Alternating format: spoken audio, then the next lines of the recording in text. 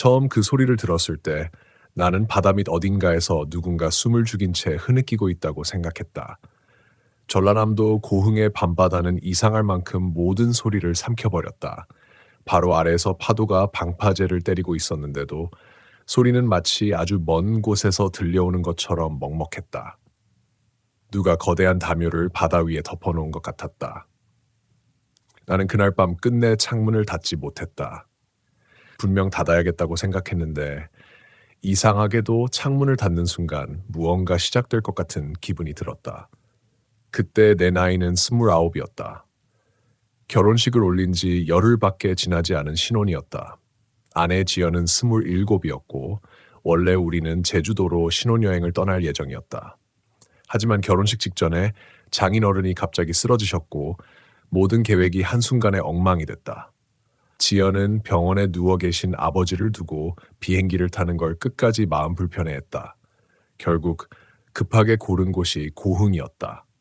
서울에서 너무 멀지도 않았고 조용하고 사람도 적다고 했다. 며칠만 쉬다 오자는 생각이었다. 사실 그때까지만 해도 나는 그런 한적한 곳을 좋아했다. 시끄러운 관광지보다 사람 없는 바닷가가 더 좋았다. 결혼식이 끝난 뒤에는 누구와도 말하지 않고 멍하니 바다만 바라보고 싶었다. 숙소 예약은 지연이 했다. 고흥 외곽에서도 한참 안쪽으로 들어가는 해안도로 근처였다. 사진으로 봤을 때는 오래된 민박을 손본 독채처럼 보였다. 흰 벽에 낡은 나무 데크가 있었고 바로 앞에는 작은 포구가 붙어 있었다. 후기들은 대체로 비슷했다. 조용해서 좋아요. 밤에 파도 소리가 정말 좋아요. 사장님이 친절하세요. 그런데 지금 와서 생각해보면 이상하게도 밤에 대해 자세히 적어놓은 후기는 거의 없었다. 우리가 고흥에 도착한 건 오후 5시 무렵이었다. 하늘은 잔뜩 흐려 있었고 바다는 탁한 회색빛이었다. 내비게이션이 좁은 길로 들어설수록 휴대폰 신호는 계속 끊겼다가 다시 잡히기를 반복했다. 마지막 편의점을 지나고부터는 차 한 대도 보이지 않았다. 지연은 조수석에서 곤히 잠들어 있었다. 몇 달 동안 결혼 준비로 제대로 쉬지도 못했으니 당연했다. 나는 괜히 라디오 소리를 줄였다. 길은 지나치게 조용했고 가로등도 드문드문 서 있었다. 그러다 처음으로 이상한 걸 봤다. 도로 옆 방파제 위에 어떤 여자가 서 있었다. 처음엔 그냥 마을 주민인가 싶었다. 검은 옷을 입은 채 바다를 바라보고 있었다. 그런데 가까워질수록 묘한 느낌이 들었다. 전혀 움직이지 않았다. 바람이 꽤 강했는데도 머리카락조차 흔들리지 않았다. 차가 거의 옆을 스쳐 지나갈 때쯤 나는 무심코 백미러를 봤다. 그런데 아무도 없었다. 방금 전까지 분명 사람이 서 있던 자리인데 텅 비어 있었다. 순간 내가 잘못 본 건가 싶었다. 하지만 심장이 아래로 푹 꺼지는 느낌이 들었다. 사람이 사라질 만한 거리도 아니었다. 숨을 곳도 없었다. 그때 지연이 잠에서 깼다. 도착했어? 나는 일부러 아무 말도 하지 않았다. 괜히 분위기만 이상해질 것 같았다. 숙소는 사진보다 훨씬 낡아 보였다. 마당 한쪽에는 녹슨 틴트탓 장식이 세워져 있었고 대문 옆 풍경은 바람도 없는데 계속 딸랑거렸다. 우리를 맞은 건 50대 후반쯤 되어 보이는 아주머니였다. 피부는 햇볕에 까맣게 그을려 있었고 말수는 적었다. 서울서 왔어요?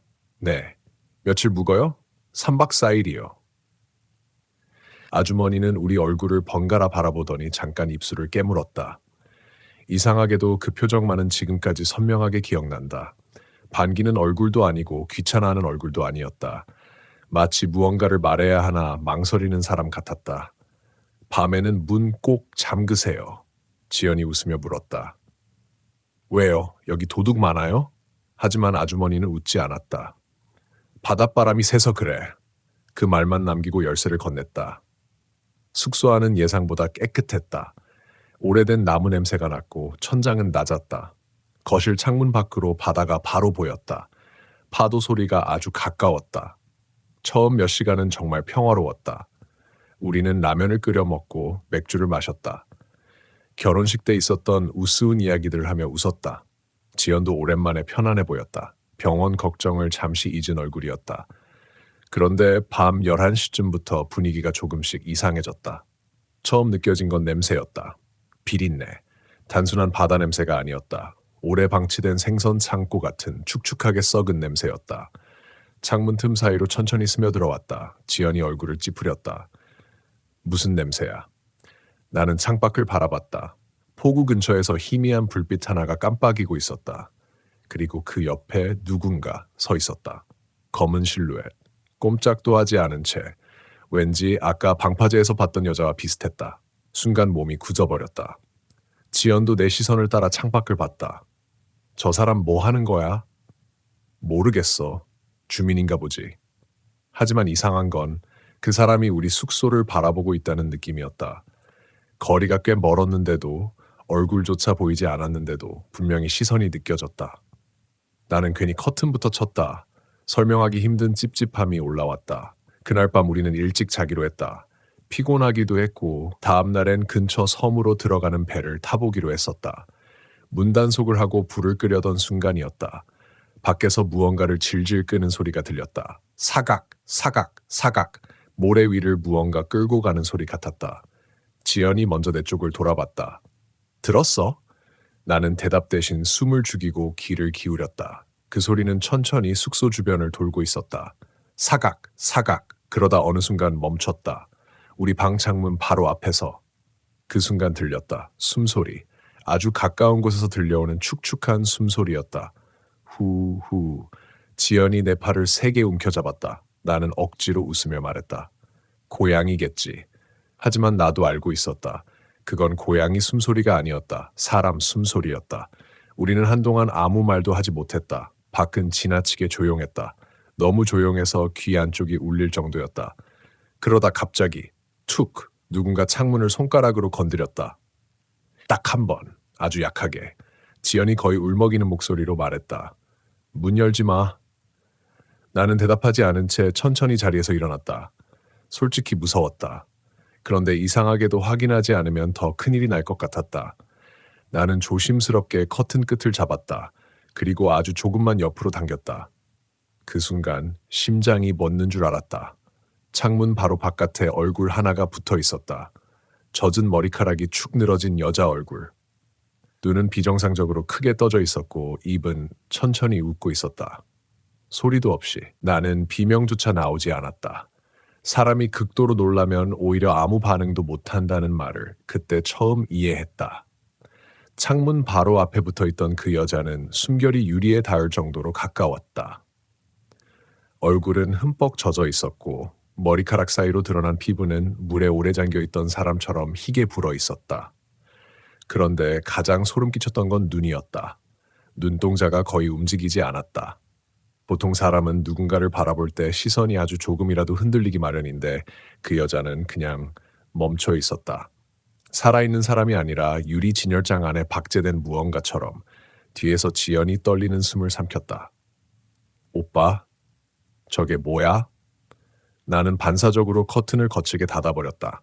손끝이 떨렸다. 고작 몇 초 본 얼굴인데도 아직 눈앞에 선명했다. 축 늘어진 젖은 머리카락, 창백하게 부른 피부. 그리고 천천히 올라가던 입꼬리. 밖은 다시 아무 소리도 없었다. 숨소리조차 사라졌다. 마치 애초부터 아무도 없었던 것처럼. 나는 억지로 마른 침을 삼켰다. 아마 주민인가 봐.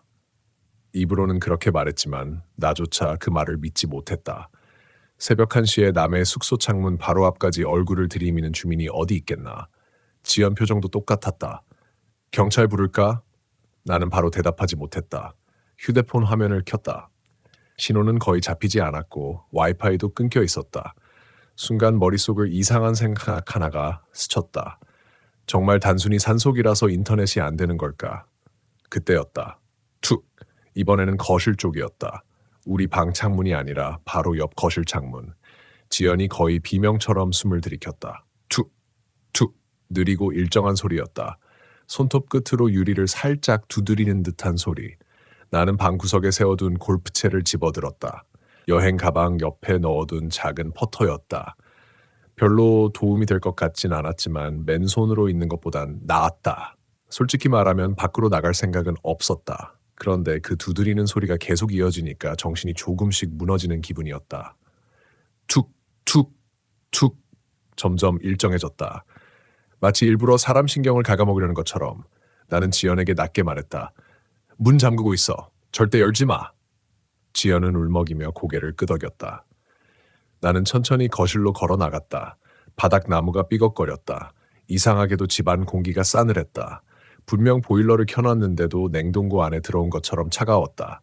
거실 창문 앞에 멈춰 섰다. 커튼 너머로 사람 그림자가 희미하게 비쳤다. 창문 바로 앞. 미동도 없이 서 있었다. 나는 숨을 죽였다. 그리고 단숨에 커튼을 젖혔다. 아무도 없었다. 정말 아무도. 그런데 창문 유리에는 손자국이 남아 있었다. 젖은 손바닥 자국. 손가락이 비정상적으로 길었다. 순간 등골 전체가 서늘해졌다. 그때 밖에서 발소리가 들렸다. 철벅, 철벅. 젖은 슬리퍼를 끌고 걷는 듯한 소리.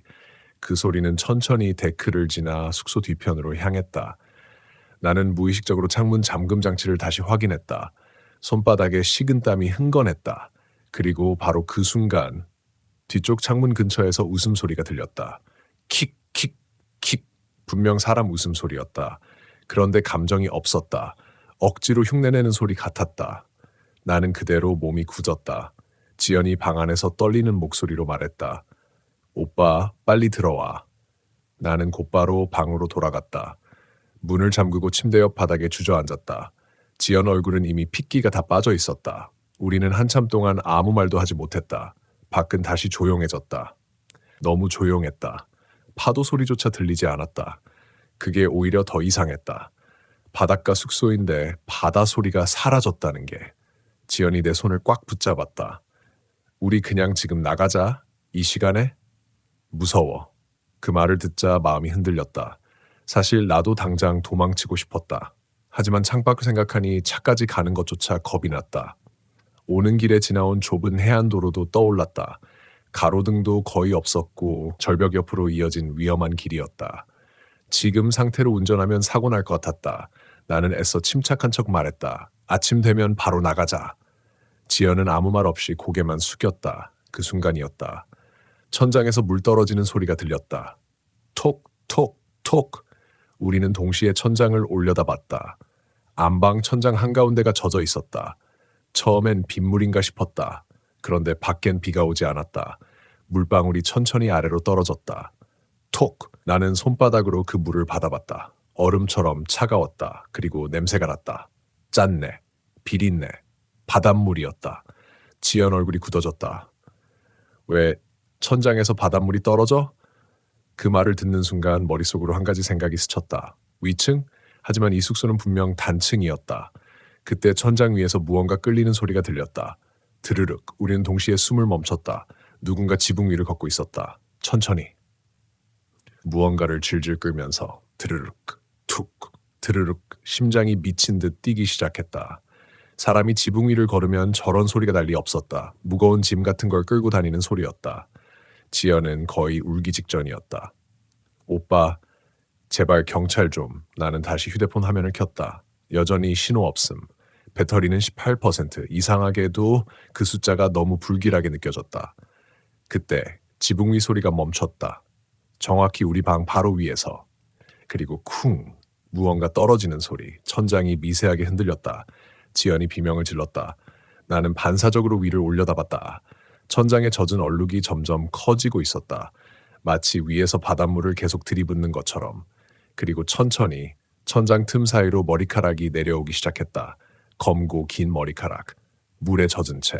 한 올, 두 올. 천천히 아래로 늘어졌다. 지연은 결국 울음을 터뜨렸다. 나는 순간 현실감이 사라지는 기분이었다. 사람 머리카락이 왜 천장에서 내려오지? 내가 지금 뭘 보고 있는 건가 싶었다. 그런데 진짜 끔찍한 건 그 다음이었다. 머리카락 사이로 눈 하나가 보였다. 천장 틈 안에서 누군가 우릴 내려다보고 있었다.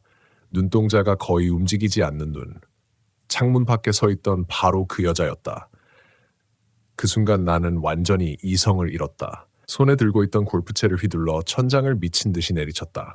쾅! 석고 조각이 깨지며 먼지가 쏟아졌다. 지연이 비명을 질렀다. 그리고 바로 위에서 여자 웃음소리가 터져나왔다. 까르르르. 이번에는 분명했다. 우리 바로 머리 위였다. 나는 지연 손을 붙잡고 방 밖으로 뛰쳐나왔다. 그 순간 현관 쪽에서 소리가 들렸다. 덜컥. 누군가 문고리를 돌리고 있었다. 천천히, 철컥, 철컥. 밖에서 누군가 들어오려는 소리였다. 그런데 이상했다. 문고리가 돌아가는 방향이 바깥이 아니라 안쪽이었다. 마치 이미 집 안에 있는 누군가가 밖으로 나가려는 것처럼. 나는 그 장면을 보는 순간 다리에 힘이 풀렸다. 문고리가 안쪽으로 돌아가고 있었다.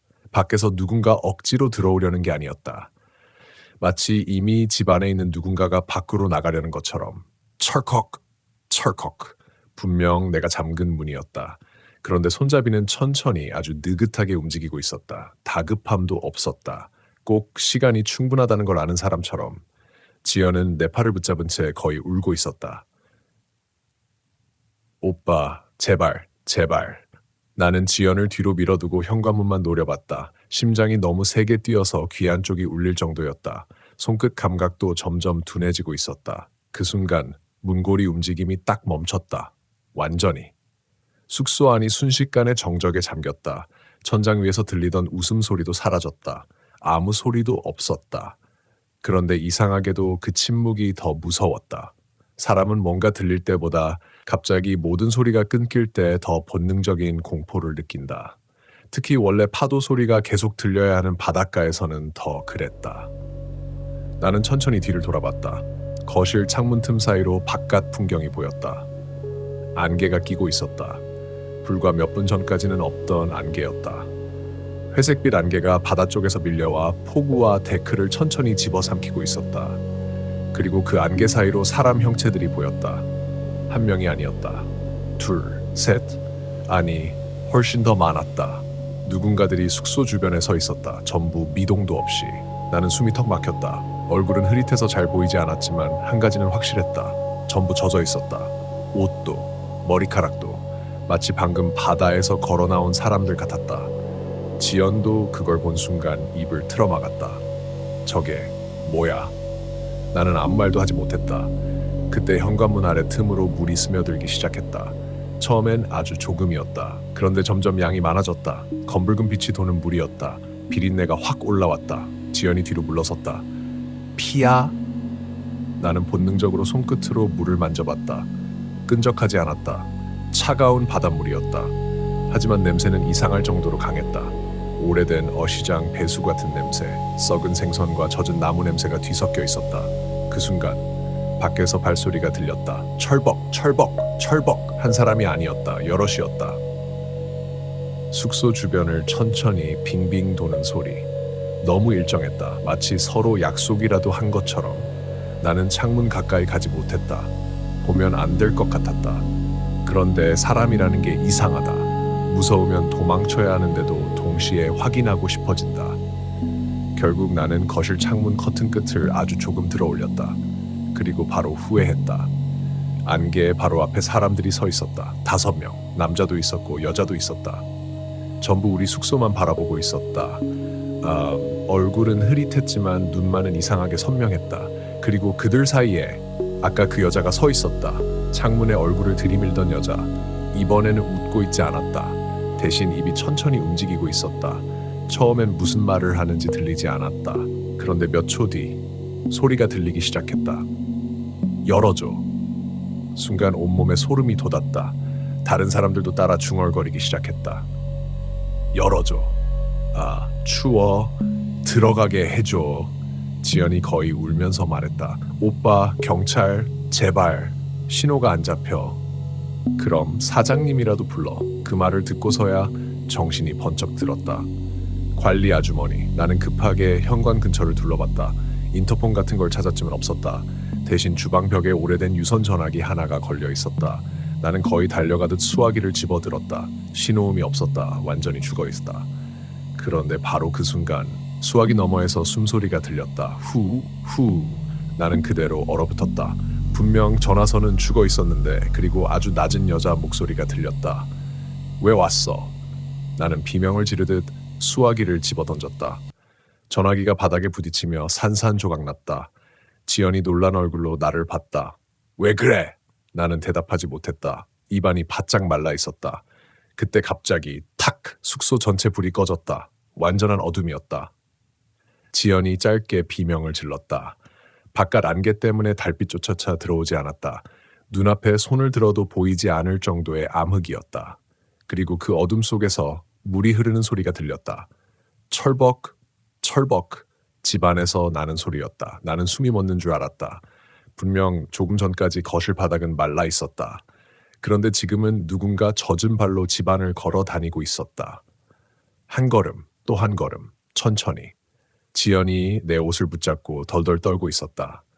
나는 떨리는 손으로 휴대폰 손전등을 켰다. 희미한 불빛이 번쩍 켜졌다. 그리고 거실 바닥이 보였다. 바닥은 흠뻑 젖어 있었다. 길게 이어진 물자국이 보였다. 현관에서 시작된 발자국이었다. 맨발. 그런데 사람 발처럼 보이면서도 이상하게 길쭉했다. 그리고 그 발자국은 거실을 지나 우리 방 안으로 이어져 있었다. 심장이 미친 듯이 뛰기 시작했다. 분명 조금 전까지 방 안에는 아무도 없었다. 그런데 손전등 불빛 끝에서 무언가가 움직였다. 방구석. 천천히 흔들리는 젖은 머리카락. 누군가 쪼그리고 앉아 있었다. 나는 반사적으로 그쪽에 불빛을 비췄다. 그 여자였다. 젖은 머리카락 아래로 창백하게 부른 얼굴이 드러났다. 그런데 아까보다 훨씬 가까웠다. 사람 냄새가 났다. 비린내와 함께 젖은 흙 냄새. 여자는 천천히 고개를 들었다. 목뼈가 꺾이는 소리가 들렸다. 두둑. 그리고 입을 벌렸다. 여기 아니야. 순간 손전등이 꺼졌다. 나는 욕설을 내뱉으며 버튼을 미친 듯이 눌렀다. 몇 번 깜빡이던 불빛이 다시 켜졌을 때 방구석에는 아무도 없었다. 완전히 비어 있었다. 하지만 바닥엔 물이 흥건하게 고여 있었다. 지연은 거의 정신이 나간 사람처럼 울고 있었다. 나가자. 제발 나가자. 그제야 확신이 들었다. 더 버티면 안 된다는 걸. 무슨 상황인지는 모르겠지만 여기 계속 있으면 정말 죽을 것 같았다. 나는 급하게 차 키를 집어들었다. 뛰어! 우리는 현관으로 달려갔다. 문 손잡이를 잡는 순간 손끝이 얼음처럼 차가웠다. 그리고 문을 열었다. 바깥 안개 속에 사람들이 서 있었다. 아까보다 훨씬 가까운 거리. 데크 바로 아래까지 다가와 있었다. 전부 우리를 바라보고 있었다. 이번엔 얼굴이 보였다. 피부가 전부 물에 불어 있었다. 눈은 흐릿했고 입가에서는 바닷물이 뚝뚝 떨어졌다. 마치 오래 바다에 잠겨있던 시체들 같았다. 그중 한 남자가 천천히 입을 열었다. 어디가? 목소리는 물속에서 들려오는 것처럼 먹먹하게 울렸다. 그리고 바로 그 순간 숙소 뒤편 바다에서 백고동 소리가 울려 퍼졌다. 웅우웅. 너무 가까운 거리였다. 우리는 동시에 바다 쪽을 돌아봤다. 안개 사이로 배 한 척이 나타나고 있었다. 낡은 목선이었다. 불빛 하나 없이 천천히 포구 안으로 들어오고 있었다. 그리고 갑판 위에는 사람들이 빽빽하게 서 있었다. 전부 고개를 든 채 우리 숙소를 바라보면서. 그 배를 보는 순간 나는 본능적으로 깨달았다. 저건 사람이 타는 배가 아니었다. 안개를 가르며 천천히 다가오는 목선은 너무 조용했다. 엔진 소리도 없었고 파도를 가르는 물소리조차 거의 들리지 않았다. 마치 거대한 검은 그림자가 바다 위를 미끄러져 오는 느낌이었다. 갑판 위에 서 있는 사람들도 정상이 아니었다. 너무 많았다. 작은 목선 하나에 20명이 넘는 사람들이 빽빽하게 서 있었다. 그런데 이상하게도 아무도 흔들리지 않았다. 배가 움직이면 몸이 조금이라도 흔들려야 하는데 그들은 전부 같은 자세 그대로 굳어 있었다. 젖은 얼굴들, 축 늘어진 팔, 그리고 우리를 향한 시선. 지연이 내 뒤에서 떨리는 목소리로 말했다. 오빠, 저게 뭐야? 나는 대답 대신 지연 손목을 세게 붙잡았다. 뛰어! 숙소 앞에 서 있는 사람들 사이를 뚫고 차까지 가야 했다. 솔직히 가능할지 자신이 없었다. 하지만 가만히 있으면 끝이라는 생각만 들었다. 우리가 데크 아래로 내려서는 순간이었다. 철벅. 가장 가까이에 있던 여자가 한 걸음 앞으로 나왔다. 발끝에서 바닷물이 뚝뚝 떨어졌다.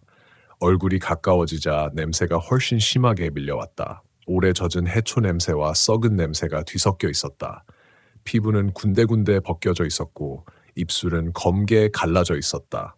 그런데 그 여자가 갑자기 지연 얼굴을 바라보더니 아주 천천히 웃었다. 찾았다. 그 말을 듣는 순간 지연 몸이 굳었다. 나는 바로 지연을 뒤로 끌어당겼다. 뛰어! 우리는 그대로 차를 향해 달렸다. 뒤에서 발소리가 따라왔다. 철벅, 철벅, 철벅. 처음엔 느렸다. 그런데 점점 빨라졌다. 나는 차 키 버튼을 미친 듯이 눌렀다. 멀리서 차 문 열리는 소리가 들렸다. 바로 그 순간 뒤에서 손 하나가 내 어깨를 움켜잡았다. 얼음처럼 차가운 손. 나는 비명을 지르며 몸을 틀었다. 아까 그 여자였다. 얼굴이 바로 눈앞까지 다가와 있었다. 젖은 머리카락 사이로 흐릿한 눈동자가 흔들렸다. 그리고 입을 벌렸다. 가지마. 입안에서 바닷물이 주르륵 흘러내렸다. 나는 반사적으로 여자를 밀쳐냈다. 몸이 이상하게 가벼웠다. 사람을 민 느낌이 아니라 물먹은 천덩어리를 밀어낸 것 같았다. 우리는 차 안으로 뛰어들었다. 문을 잠그는 순간부터 누군가 차창을 두드리기 시작했다. 탕, 탕. 사람들이 차를 둘러싸고 있었다. 젖은 손바닥들이 창문 위에 들러붙었다. 어떤 남자는 얼굴을 창문 틈 가까이 들이밀었다. 불어터진 눈꺼풀 사이로 흐릿하게 뒤집힌 눈동자가 보였다. 지연이 비명을 질렀다. 나는 곧바로 시동을 걸었다. 다행히 한 번에 걸렸다. 나는 엑셀을 끝까지 밟았다. 차가 미끄러지듯 앞으로 튀어나갔다. 사람들 사이를 그대로 밀고 지나갔다. 100m 너머로 검은 형체들이 흔들리는 게 보였다. 그리고 그 순간 쿵! 무언가 차 뒤를 세게 들이받았다. 차체가 크게 흔들렸다. 지연이 울면서 뒤를 돌아봤다. 뭐야? 뭐 부딪혔어. 나는 절대 차를 세우지 않았다. 멈추면 안 될 것 같았다. 해안도로는 안개 때문에 거의 보이지 않았다. 전조등 불빛도 몇 미터 이상 나아가지 못했다. 도로 옆은 바로 바다였다. 핸들을 잡은 손이 식은땀 때문에 미끄러졌다. 그런데 이상한 게 있었다. 우리는 분명 숙소에서 나온 지 10분은 넘었는데 풍경이 계속 반복되고 있었다. 녹슨 방파제, 부서진 버스 정류장, 전봇대 옆에 걸린 폐어망, 계속 같은 장면이었다. 나는 식은땀이 등을 타고 흐르는 걸 느꼈다. 지연아, 저기 아까 지나간 데 아니야? 지연은 바로 대답하지 못했다. 창밖만 바라보며 울고 있었다. 그러다 몇 초 뒤 떨리는 목소리로 말했다. 오빠, 왜? 저기. 지연이 앞쪽을 가리켰다. 나는 고개를 들었다. 그리고 심장이 그대로 내려앉았다. 도로 한가운데 누군가 서 있었다. 흰 옷을 입은 여자였다. 고개를 푹 숙인 채. 차는 이미 너무 가까웠다. 나는 반사적으로 핸들을 꺾었다. 끼익. 차가 미끄러졌다. 젖은 도로 위에서 타이어가 헛돌았다. 그리고 그대로 가드레일을 들이받았다. 쾅! 충격으로 머리가 옆 창문에 세게 부딪혔다. 귀가 먹먹해졌다. 몇 초 동안 아무 소리도 들리지 않았다. 정신을 차렸을 때 엔진 쪽에서 연기가 피어오르고 있었다. 지연이 옆자리에서 흐느끼고 있었다. 오빠, 피. 내 이마가 찢어져 있었다. 손으로 만지자 피가 묻어났다. 하지만 그보다 더 끔찍한 건 차 앞에 서 있는 여자였다. 조금 전 도로 위에 있던 그 여자. 전조등 아래 아주 가까운 거리에 서 있었다. 그리고 그 얼굴을 보는 순간 숨이 멎는 줄 알았다. 그 얼굴은 지연과 닮아 있었다. 완전히 똑같지는 않았다. 그런데 눈매와 입꼬리, 얼굴형이 이상할 정도로 비슷했다. 지연도 그걸 본 순간 몸이 굳어버렸다. 뭐야? 여자가 천천히 고개를 들었다. 그리고 우리를 향해 웃었다. 그 미소를 보는 순간 머릿속에서 잊고 있던 기억 하나가 번개처럼 스쳐 지나갔다. 결혼식 첫날 장모님이 했던 말, 고흥은 가지 마라. 그때는 그냥 미신 같은 이야기라고 생각했다. 장모님은 원래 그런 걸 믿는 사람이었다. 손 없는 나를 따지고 집 방향도 신경 쓰고 부적 같은 것도 챙기는 사람이었다. 나는 그런 걸 전혀 믿지 않았다. 그런데 그날 장모님 표정만큼은 이상할 정도로 진지했다. 지연이 데리고 남쪽 바다는 가지마. 이유를 물어도 끝내 말하지 않았다. 그냥 안 된다고만 했다. 그 기억이 떠오르는 순간 등골이 서늘하게 식었다. 바로 그때 차 앞에 여자가 천천히 입을 벌렸다. 언니. 지연 얼굴이 새하얗게 질렸다. 뭐? 여자는 한 걸음 앞으로 다가왔다. 차 유리 바로 앞까지. 그리고 아주 낮은 목소리로 속삭였다. 왜 이제 왔어? 그 순간 뒤쪽 바다에서 다시 백고동 소리가 울렸다. 웅우우웅. 이번에 훨씬 가까웠다. 나는 떨리는 손으로 백미러를 올려다봤다. 안개 사이로 그 목선이 움직이고 있었다. 바다 위가 아니라 거의 도로 옆을 따라붙듯이. 말도 안 되는 거리였다. 그리고 갑판 위 사람들 사이에서 누군가 천천히 손을 흔들고 있었다. 우릴 향해서. 바로 그 순간 탁! 차 엔진이 완전히 꺼졌다. 불빛도 동시에 사라졌다. 도로 전체가 암흑 속에 잠겼다. 그리고 어둠 속에서 손톱 긁는 소리가 들리기 시작했다. 끼익 끼익. 차창 사방에서 마치 수십 개의 젖은 손톱이 동시에 차를 긁어대는 것처럼 끼익 끼익. 그 소리는 사람 정신을 조금씩 긁어내는 소리 같았다. 손톱이 차 유리를 긁는 소리가 사방에서 들려왔다. 앞 유리, 옆 창문, 뒤쪽 유리까지. 어디서 누가 긁고 있는지 구분조차 안 될 정도였다. 나는 숨도 제대로 쉬지 못했다. 엔진이 꺼진 차 안은 금세 냉기가 퍼졌다. 히터도 멈춘 탓에 입김이 희미하게 보일 정도였다. 지연은 두 손으로 귀를 막은 채 떨고 있었다. 오빠, 무서워. 나는 다시 시동을 걸어보려 했다. 키를 돌렸다. 드르륵. 걸리지 않았다. 다시 한번. 드르르륵. 아무 반응도 없었다. 그 순간 앞 유리 위로 물이 천천히 흘러내리기 시작했다. 빗물이 아니었다. 검고 탁한 물이었다. 그리고 그 물 사이로 얼굴 하나가 천천히 내려왔다. 차 지붕 위에 누군가 올라와 있었다. 젖은 여자 얼굴. 유리에 이마를 붙인 채 우리를 내려다보고 있었다. 눈동자가 천천히 움직이며 정확히 내 눈을 따라왔다. 여자가 입을 벌렸다. 입 안은 새까맸다. 그리고 아주 느리게 웃었다. 나는 반사적으로 고개를 돌렸다. 계속 보면 안 될 것 같았다. 그런데 지연은 움직이지 못했다. 얼어붙은 사람처럼 그 얼굴만 바라보고 있었다. 지연아. 반응이 없었다. 지연아. 그제야 지연이 움찔했다. 하지만 표정이 이상했다. 겁먹은 얼굴이 아니었다. 넋이 빠진 얼굴. 마치 정신 어딘가를 빼앗긴 사람 같았다. 그리고 아주 작은 목소리로 말했다. 언니래. 순간 심장이 철렁 내려앉았다. 뭐? 아까 언니라고 했잖아. 나는 지연 어깨를 세게 붙잡았다. 정신 차려. 지금 그게 중요한 게 아니야. 그런데도 지연 시선은 계속 창밖에 고정돼 있었다. 나 어릴 때 목소리가 떨렸다. 엄마가 가끔 바다 얘기했어. 나는 처음 듣는 이야기였다. 지연은 원래 가족 얘기를 잘하지 않았다. 특히 고흥에 대해선 더 그랬다. 그냥 외갓집이 남쪽 바닷가라고만 알고 있었다. 밖에서는 여전히 손톱 긁는 소리가 이어지고 있었다. 끼익 끼익. 그런데 이상하게도 점점 멀어지는 느낌이 들었다. 대신 다른 소리가 들려오기 시작했다. 누군가 노래를 부르고 있었다. 여자 목소리였다. 멀리 바다 쪽에서 들려왔다. 느리고 축축한 민요 같은 음성. 가사는 잘 들리지 않았지만 반복되는 구절 하나만은 선명했다. 데려간다, 데려간다. 순간 온몸에 소름이 돋았다. 그때 지연이 멍하니 중얼거렸다. 나 사실 언니 있었어. 나는 그대로 굳어버렸다. 뭐? 지연 눈동자가 불안하게 흔들렸다. 태어나기 전에 죽었대.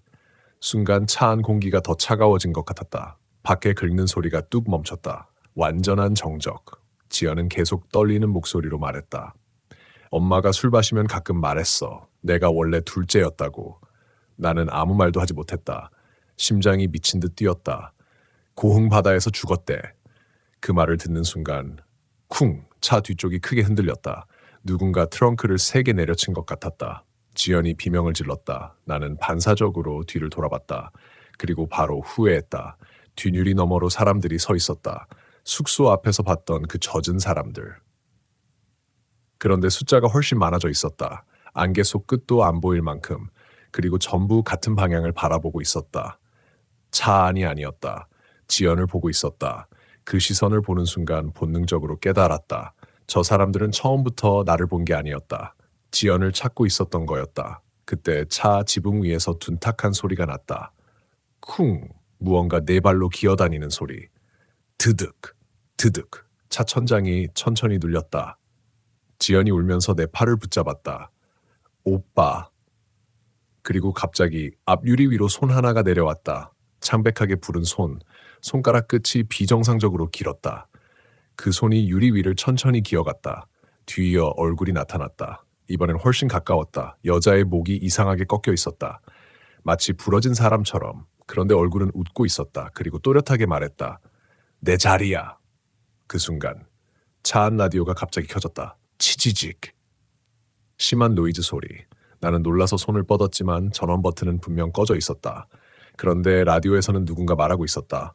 1998년 고흥 앞바다 실종 사건. 온몸이 굳었다. 치직거리는 잡음 사이로 남자 목소리가 이어졌다. 폭풍우 속에서 어선 한 척이 전복되며 탑승자 전원 실종. 지연 얼굴이 순식간에 창백해졌다. 실종자 중에는 지역 주민 김선아 양, 당시 8살. 그 순간 지연이 숨을 멈춘 듯 굳어버렸다. 선아. 나는 천천히 지연을 돌아봤다. 지연 입술이 떨리고 있었다. 우리 언니 이름이야. 라디오가 다시 거칠게 치직거렸다. 시신은 끝내 발견되지 않았습니다. 그리고 그 순간 까르륵 여자 웃음소리가 라디오 잡음 사이로 섞여 나왔다. 라디오는 그대로 꺼졌다. 차 안은 다시 정적에 잠겼다. 내 머릿속은 완전히 뒤엉켜 있었다. 지연 언니, 고흥 바다, 실종 사건, 그리고 저 여자, 모든 게 이상하게 이어지고 있었다. 그때였다. 차 밖에서 누군가 아주 천천히 창문을 두드렸다. 툭, 우리 둘은 동시에 고개를 돌렸다. 운전석 창문 밖에 관리 아주머니가 서 있었다. 숙소 주인, 비옷도 없이 온몸이 젖은 채였다. 나는 거의 울 것 같았다. 아줌마, 아주머니는 다급하게 손짓했다. 빨리 나와, 빨리! 나는 창문을 조금 내리려다가 멈칫했다. 이상했다. 아주머니 얼굴도 젖어 있었다. 그리고 눈빛이 너무 멍했다. 아까 봤던 그 사람들처럼. 지연도 그걸 느꼈는지 팔을 세게 붙잡았다. 열지 마. 그 순간 아주머니 표정이 천천히 바뀌었다. 입꼬리가 스르륵 올라갔다. 왜? 목소리가 이상하게 갈라졌다. 나 못 믿어? 나는 그대로 창문 버튼에서 손을 뗐다. 그러자 아주머니 얼굴이 서서히 굳었다. 그리고 낮게 중얼거렸다. 늦었네. 그 말이 끝나자마자 차 아래에서 손들이 올라오기 시작했다. 젖은 손, 수십 개의 손, 범퍼 아래, 문틈 아래, 바퀴 사이 틈에서 손들이 기어나와 차를 붙잡기 시작했다. 차체가 천천히 아래로 내려앉았다. 지연이 비명을 질렀다. 그리고 저 멀리 바다에서 그 목선이 천천히 방향을 틀었다. 정확히 우리 쪽으로, 마치 이제 직접 데리러 오겠다는 것처럼. 차가 아래로 끌려 내려가는 느낌이었다. 처음엔 착각이라고 생각했다. 하지만 아니었다. 분명 무언가가 차 밑을 붙잡고 있었다. 서스펜션이 삐걱거리는 소리를 냈고 바퀴는 젖은 땅 속으로 조금씩 파묻히고 있었다. 젖은 손들이 차 아래를 기어다녔다. 손톱이 철판을 긁는 소리가 바로 발밑에서 들려왔다. 글쩍글쩍. 나는 미친 듯이 시동을 걸었다. 드르륵, 드르르륵. 걸리지 않았다. 계기판 불빛만 불안하게 깜빡였다. 그리고 순간 라디오가 또 켜졌다. 치지직, 이번엔 노래가 아니었다. 사람들 웅성거리는 소리, 울음소리. 그리고 누군가 계속 중얼거리고 있었다. 돌려줘, 돌려줘. 지연이 갑자기 귀를 틀어막았다. 들려? 나는 대답하지 못했다. 나도 들리고 있었다. 그런데 이상한 건 그 소리가 라디오에서만 들리는 게 아니라는 거였다. 차박 안개 속에서도 들려왔다. 마치 수십 명이 동시에 속삭이는 것 같았다. 돌려줘. 그때 차 앞에 서 있던 관리 아주머니가 천천히 고개를 들었다. 얼굴이 달라져 있었다. 눈 밑 피부가 물에 불어 축 늘어져 있었고 입술 사이로 검은 바닷물이 흘러내렸다. 걔는 돌아와야 돼. 순간 지연이 떨리는 목소리로 말했다. 언니. 아주머니가 천천히 고개를 끄덕였다. 내 엄마가 데리고 도망갔잖아. 나는 머릿속이 멍해졌다. 도망? 그 말의 의미를 이해하기도 전에 아주머니가 다시 입을 열었다. 원래 둘 다 바다에 있어야 했어. 그 순간 지연이 비명을 질렀다. 차 뒤쪽 유리에 여자 얼굴이 붙어 있었다. 아까 그 여자였다. 아니, 지연과 닮은 여자. 이번엔 얼굴이 훨씬 선명했다. 눈 밑은 깊게 꺼져 있었고 갈라진 입술 사이로 바닷물이 흘러내렸. 그런데도 웃고 있었다. 아주 슬픈 얼굴로. 그리고 입모양으로 천천히 말했다. 같이 가자. 지연이 완전히 무너져 내렸다. 싫어, 싫어. 나는 정신을 붙잡으려 했었다. 무조건 여기서 빠져나가야 했다. 나는 기어를 강제로 넣고 엑셀을 끝까지 밟았다. 타이어가 헛돌았다. 끼익. 하지만 차는 움직이지 않았다. 차 밑 손들이 더 세게 붙잡고 있었다. 그때 문득 냄새가 달라졌다는 걸 느꼈다. 비린내 사이로 탄 냄새가 섞여 들어왔다. 나는 고개를 들었다. 엔진 쪽에서 연기가 피어오르고 있었다. 이대로면 차에 불이 붙을 수도 있었다. 그 순간 차창 밖에 서 있던 여자들이 동시에 고개를 들었다. 그리고 전부 같은 방향을 바라봤다. 바다 쪽이었다. 웅우웅. 또다시 백고동 소리가 울렸다. 이번엔 바로 코앞에서 들리는 것 같았다. 안개 사이로 그 목선이 모습을 드러냈다. 너무 가까웠다. 거의 도로 아래 바다에 바짝 붙어 있었다. 배 위 사람들도 이제 얼굴이 보였다. 전부 창백하게 불어 있었고 눈은 흐릿하게 풀려 있었다. 그런데 가장 앞에 서 있는 존재 하나가 눈에 들어왔다. 작은 여자아이였다. 젖은 원피스를 입고 있었다. 그리고 지연 얼굴이었다. 아니, 정확히는 어린 시절의 지연 얼굴. 나는 숨이 턱 막혔다. 지연도 그걸 보는 순간 얼어붙었다. 언니. 여자아이가 천천히 손을 들었다. 그리고 배 위에서 입을 벌렸다. 왜 혼자 갔어? 너무 어린아이 같은 목소리였다. 그래서 더 끔찍했다. 지연이 흐기기 시작했다. 난 몰랐어. 난 진짜 몰랐어. 그 순간 무언가 기억난 듯 지연 얼굴이 일그러졌다. 엄마가 바다 얘기만 나오면 울었어. 나는 아무 말도 하지 못했다. 지연은 거의 혼잣말처럼 중얼거렸다. 어릴 때마다 같은 꿈 꿨어. 누가 물속에서 날 잡아당기는 꿈. 밖에 서 있던 여자아이가 웃었다. 기억났네. 그리고 동시에 철컥 차문 잠금 장치가 풀렸다. 나는 반사적으로 손잡이를 붙잡았다. 하지만 늦었다. 뒷문이 천천히 열렸다. 끼익 차 안으로 바닷물이 밀려 들어왔다. 얼음처럼 차가운 물이었다. 그리고 그 물 속에서 손 하나가 올라왔다. 작고 창백한 아이 손. 그 손이 지연 발목을 붙잡았다. 지연이 비명을 질렀다. 오빠. 나는 바로 그 손을 붙잡아 뜯어냈다. 손 감촉이 이상했다. 사람 살 같지 않았다. 오래 물에 잠긴 천조각처럼 흐물거렸다. 그런데 손을 떼어내는 순간 차 안 곳곳에서 웃음소리가 터져 나왔다. 킥킥 까르륵. 보이지 않는 사람들이 귓가 바로 옆에서 웃는 것 같았다. 그리고 차 유리 전체에 손자국이 생기기 시작했다. 안쪽에서. 나는 숨이 멎을 뻔했다. 분명 차 안에는 우리 둘뿐이었다. 그런데 젖은 손바닥 자국들이 안쪽 유리에 하나둘 찍혀 올라왔다. 그리고 뒷좌석에서 누군가 숨 쉬는 소리가 들렸다. 후. 나는 천천히 백미러를 올려다봤다. 누군가 앉아 있었다. 젖은 머리카락 사이로 얼굴이 드러났다. 아까 그 여자, 지연 언니. 그 여자가 바로 우리 뒤에 앉아 있었다. 그리고 아주 조용한 목소리로 말했다. 자리 돌려줘. 지연은 완전히 패닉 상태였다. 싫어, 나 안 갈 거야. 여자가 천천히 고개를 갸웃했다. 목뼈 꺾이는 소리가 들렸다. 뚜둑. 근데 원래 내 거였는데. 그 순간 차 밖에서 누군가 소리쳤다. 눈 감아. 관리 아주머니였다. 그런데 이번 목소리는 달랐다. 처음으로 사람 같은 목소리였다. 절박하고 다급한 목소리. 동시에 강한 빛이 번쩍였다. 새하얀 손전등 빛이었다. 여자가 갑자기 비명을 질렀다. 끼악. 차 안 공기가 흔들릴 정도의 비명이었다. 나는 반사적으로 눈을 감았다. 밖에서 파도 부딪히는 소리와 함께 사람들 울부짖는 소리가 터져 나왔다. 그리고 누군가 차를 세게 두드쳤다. 탕! 지금 뛰어! 빨리! 나는 눈을 떴다. 관리 아주머니가 차 문을 열고 있었다. 손에는 빨간 천이 감긴 손전등 같은 걸 들고 있었다. 안개 속 사람들은 뒤로 물러나고 있었다. 얼굴이 뒤틀린 채로. 아주머니가 소리쳤다. 선착장으로 가면 안 돼. 절대 바다 쪽 보지 마. 나는 지연 손을 붙잡고 차 밖으로 뛰쳐나왔다. 발밑에서 차가운 바닷물이 튀었다. 안개 속 그림자들이 일제히 움직였다. 우릴 향해 따라오기 시작했다. 우리는 거의 넘어지다시피 달렸다. 젖은 도로 위에서 신발이 계속 미끄러졌다. 안개가 너무 짙어서 몇 걸음 앞도 제대로 보이지 않았고 숨은 턱 끝까지 차올라 있었다. 뒤에서는 발소리가 따라왔다. 철벅. 한두 명이 아니었다. 수십 명이 물을 밟으며 쫓아오는 소리였다. 나는 절대 뒤돌아보지 않았다. 돌아보는 순간 끝날 것 같았다. 그런데 이상하게 알 수 있었다. 그것들이 점점 가까워지고 있다는 걸. 관리 아주머니는 우리보다 앞에서 뛰고 있었다. 작은 체구였는데도 믿기지 않을 만큼 빨랐다. 손에 들린 빨간 천 감긴 손전등에서는 희미한 붉은빛이 새어나오고 있었다.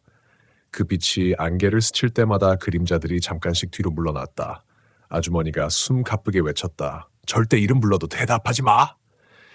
그 말을 듣는 순간 뒤에서 내 목소리가 들렸다. 야! 나는 반사적으로 멈출 뻔했다. 정확히 내 목소리였다. 서울에서 친구들이 날 부를 때 쓰던 말투까지 똑같았다. 등골이 서늘해졌다. 곧이어 이번엔 지연 목소리가 들렸다. 오빠, 나 좀 봐. 그런데 지연은 분명 내 옆에서 뛰고 있었다. 나는 이를 악물고 앞만 바라봤다. 그 순간 안개 속 어딘가에서 웃음소리가 터졌다. 까르르 사람 웃음 같기도 했고 끓는 물소리 같기도 했다. 우리는 좁은 골목길 같은 곳으로 들어섰다. 바다 옆 작은 마을이었다. 오래된 집들이 다닥다닥 붙어 있었고 창문은 전부 굳게 닫혀 있었다. 이상할 정도로 인기척이 없었다. 개 짖는 소리도 TV 소리도 사람 숨소리조차 없었다. 마치 마을 전체가 죽어버린 것 같았다. 지연은 거의 울면서 뛰고 있었다. 오빠? 수미. 나는 지연 손을 더 세게 붙잡았다. 정말 놓치면 안 될 것 같았다. 그때 관리 아주머니가 갑자기 멈춰섰다. 우리도 동시에 멈췄다. 앞에는 작은 당집 하나가 있었다. 바닷가 마을에서 흔히 볼 법한 오래된 제당. 붉은 천들이 바람도 없는데 천천히 흔들리고 있었고 입구에는 녹슨 종 하나가 매달려 있었다. 아주머니가 문을 열며 소리쳤다. 안으로 들어가. 우리는 거의 굴러 들어가듯 안으로 뛰어들었다. 문이 닫히는 순간 쿵! 밖에서 무언가 거세게 부딪혔다. 문 전체가 크게 흔들렸다. 지연이 비명을 질렀다. 밖에서 목소리들이 들려왔다. 열어. 추워. 같이 가. 나는 숨조차 제대로 쉬지 못했다. 당집 안에는 눅눅한 향 냄새가 가득했다. 벽에는 오래된 부적들이 다닥다닥 붙어 있었고 촛불 하나가 희미하게 흔들리고 있었다.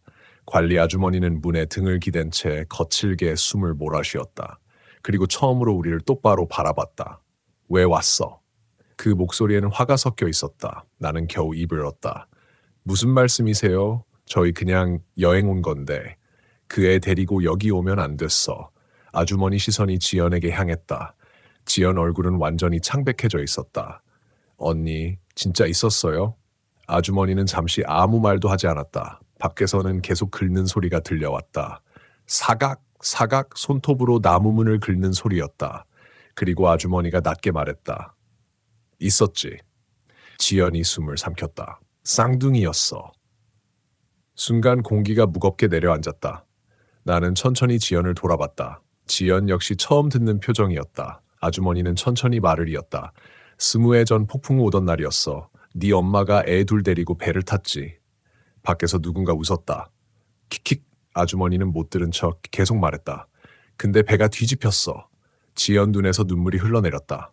언니는 물에 빠졌고 네 엄마는 너만 끌어안고 나왔지. 나는 온몸에 소름이 돋았다. 그럼 시신은요? 아주머니 얼굴이 굳었다. 못 찾았어. 그 순간 밖에서 아이 목소리가 들렸다. 거짓말. 지연 몸이 움찔 떨렸다. 문 아래 틈으로 검은한 바닷물이 스며들기 시작했다. 아주머니는 급히 붉은 가루 같은 걸 꺼내 문틈에 뿌렸다. 그러자 물이 멈췄다. 근데 문제는 그 다음이야. 아주머니 손이 미세하게 떨리고 있었다. 그날 이후로 바다에서 계속 사람 목소리가 들렸어. 밖에서 속삭임이 겹쳐 들려왔다. 엄마, 추워. 데리러 와. 심장이 조여드는 느낌이었다. 아주머니는 눈을 감은 채 말했다. 죽은 애가 혼자 안 가려고 했던 거야. 지연이 흐느꼈다. 엄마는 그래서 평생 여기 안 내려왔어. 무서워서. 그 말을 듣는 순간 모든 퍼즐이 맞춰지는 느낌이었다. 장모님이 고흥을 그렇게 싫어했던 이유, 바다 이야기만 나오면 표정이 굳었던 이유, 신혼여행을 그렇게까지 반대했던 이유, 전부 이것 때문이었다. 그때 쾅! 밖에서 거대한 충격음이 터졌다. 문이 크게 흔들렸다.